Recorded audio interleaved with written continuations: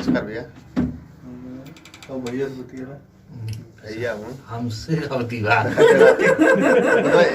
ये कौन बात भइल हमसे का बती बा हम का देगा हमके का पता कैसे का होती बात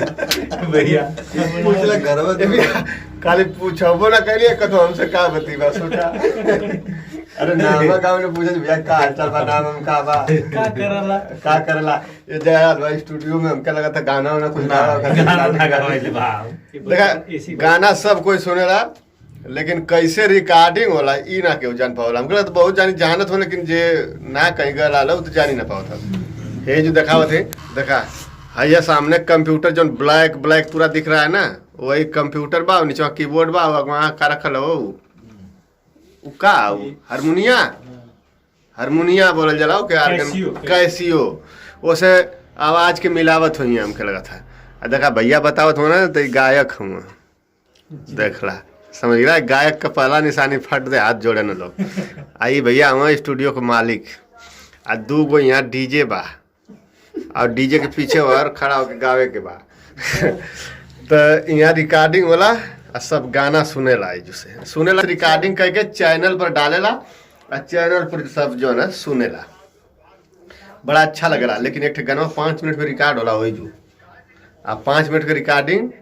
हमको लगा तो बनावे में दिन भर तो लगी जाती हुई अब बढ़िया कलाकार रहे यहाँ एडिटिंग करे वाला तो फट फट फट फट सेट कर दिए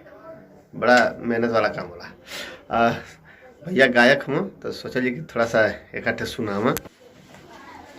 संतोष भैया देखा कैसे लजात हूँ पर भाग्य न लाजा देखा भागत हूँ ठीक है। नमस्कार प्रणाम। हम भोजपुरी गायक कलाकार प्रमोद योगिया और भैया जी के साथ आज मुलाकात हुई है। भैया जी कहना कुछ गाया था फागुन चलत है जी जी होली के मौसम है जी हमारे तो गाना आयल बाटे अरे बारू कुंवार हमर साली हो रंगवा अरे बारू कुंवार हमर साली हो रंगवा केने से डाली बारू कुंवार हमर साली हो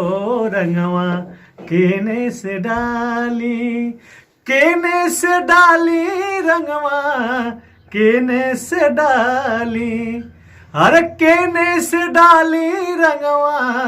केने से डाली बाड़े पिचकारी मोर बवाली हो रंगवा केने से डाली बाड़े पिचकारी मोर बवाली हो रंगवा केने से डाली। वाह मजा आ गया फागुन महीना में गीत सुन के मजा आ गया अब सब जो है रंग लेके तैयार हो गए भाई तो बड़ा अच्छा लगल भैया लोग हम इंटरव्यू ना ले लिए इनका चैनल पर संतोष भैया लेना है चैनल पर मिली आपके हम ये देखने एक कैसे जो है जन रिकॉर्डिंग होला है छोटा सा यहाँ LCD है छोटा यहाँ कीबोर्ड है इतना का काम असली कुल कमा है इतना का एकर और एकर यही से जो है हिला डुला उतना में पटकुल गाना का जो है ना हाँ मिक्सिंग करके मतलब एकदम इतना मिस नहीं है कि तो लोग सुनबा था बाबा वाह मजा आ गया एकदम जैसे गौना भैया गनवा तो वो गनवा भाई उतना ना अच्छा लगल अब वह गनवा जो है मैं डाल के इतना ओके